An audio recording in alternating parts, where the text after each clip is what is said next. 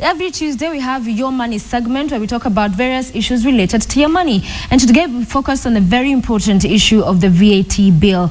Prices have shot up in the last couple of days, and we're seeing very many Kenyans, ordinary mwananchi, being hurt when it comes to buying the very basic of commodities. They're having to spend so much more than they did before. And this morning we speak to Karimi Murimi. He's a fellow of ICPAK. He joins us live from our I&M studios. Good morning, Karimi. Very good to see you. Thank you for joining us this morning.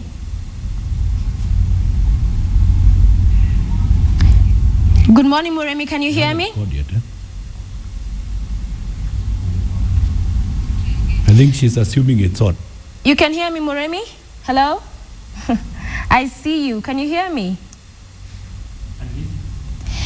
All right, we'll be looking to get back to Karimi Murimi, a fellow of ICPAK, very shortly. This is Your Money segment, and as I mentioned, today we are talking about the VAT bill, understanding that bill, and of course the biggest concern and the challenge right now for most ordinary mwananchi is that prices have shot up. Prices of basic commodities, we've had milk, prices go up, bread, and many other commodities. And worse still is that we are seeing very many unscrupulous traders hiking prices of goods that are VAT exempt. And those are some of the issues we'll be talking to Karimi about. He is an expert on these matters, and he'll be able to help us understand, could there have been a different compromise? Could there have been a compromise actually reached on this particular issue? Let's try and reach him one more time. I see you, Karimi Murimi. Good morning. Good morning. How are you? I'm doing well. Let's get straight into this discussion. And the increase in tax is hurting ordinary mwananchi. The former Prime Minister described it as a retrogressive law that's hurting very many Kenyans, as I mentioned there. What do you have to say about it?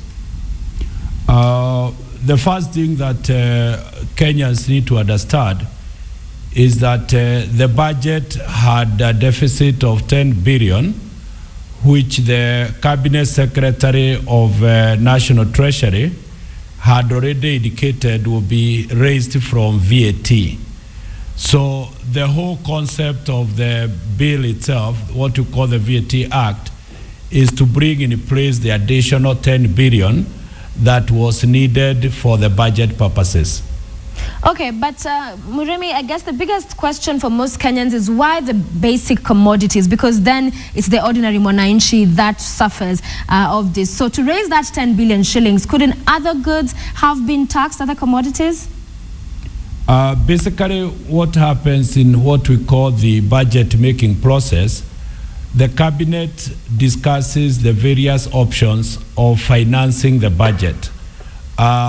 Basically, there are three. One would be the usual taxes that are already in place. That figure had been estimated to about 900 billion. The next was borrowing, and you are aware of what we have borrowed from China and other partners. The balance will come from what we would call the traditional sources. Now, the VAT, if you remember, the last parliament had tried to pass that bill, but they did not manage to do that because of elections.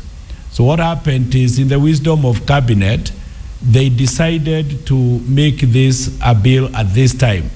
Now, when you come to your normal question of ordinary basic commodities, it is now the people's representative in the name of the National Assembly who unfortunately in their wisdom thought it is good to tax the ordinary commodities. And if you remember, we had the UNGA type of debate of which items should be taxed and which should not be taxed.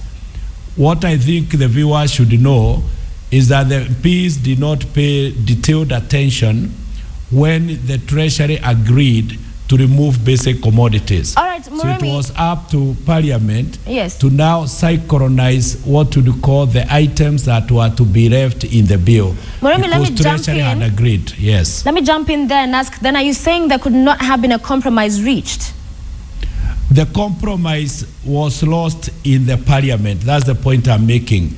Remember, Treasury agreed that they are not going to have the basic commodities being taxed. So when it went to Parliament, if you remember, the Leader of Majority is on record having said for milk, they decided the packaged milk is not for ordinary person. Now that wisdom, of course, is not correct. In terms of unga and those other items like wheat flour which make the bread, Parliament made an error by removing them from what we call the 0% rate and putting them on what we call the exempt rate. When your commodity is exempt, it means you cannot recover your input tax. That's what is making the price of bread go up. But remember, when Treasury submitted the bill, the unga was at a 0 rate. But Parliament, out of its chasing of its own money, did not read the bill in detail. All right. Is this likely, Murimi, to see a resurgence in the black market? What is going to happen basically is that we'll end up with a few what we call imported items of those so-called Kenyan commodities starting to enter our market, which may be cheaper than what we are manufacturing. In short, we are going to end up with a bit of lost labor because you start getting even imported milk powder coming into our market, which will have a lower price than what we'll be calling our own milk. So it will in essence reduce employment, that's what you're saying. But also another issue of concern is that some unscrupulous traders are taking advantage and hiking prices of tax-exempt goods. And we had the Cabinet Secretary, Treasury just urging such traders not to do so. But what else needs to be done to ensure that the customers, Kenyans, are protected from such moves? There are two things. The first is a bit of public education. When we say, for example, let's use unga, once you remove it from 0 rate and you put it under the column of exempt, unga, the company, cannot be able to claim, let's say, VAT on electricity, which has gone up. They will not be able to claim VAT on oil, which is being used to transport the flour.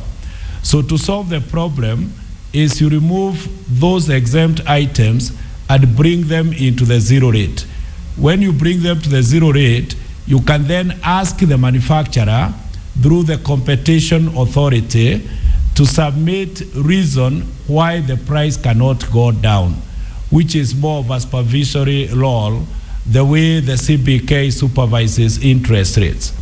But the other major item which Kenyans need to understand and understand correctly is that the reason the 10 billion is needed is because the national wage bill is bloated. So what we need as a radical measure is to reorganize what you call the national government and remove the duplicated functions so that you release the salaries paid to those, so that you lower the expenditure for government and therefore the appetite to use VAT to raise additional money. All right, Karimi Murimi, thank you very much for making time for us this morning on Your Money and helping us understand the VAT bill. Much appreciated. Thank you. Thank you. Welcome.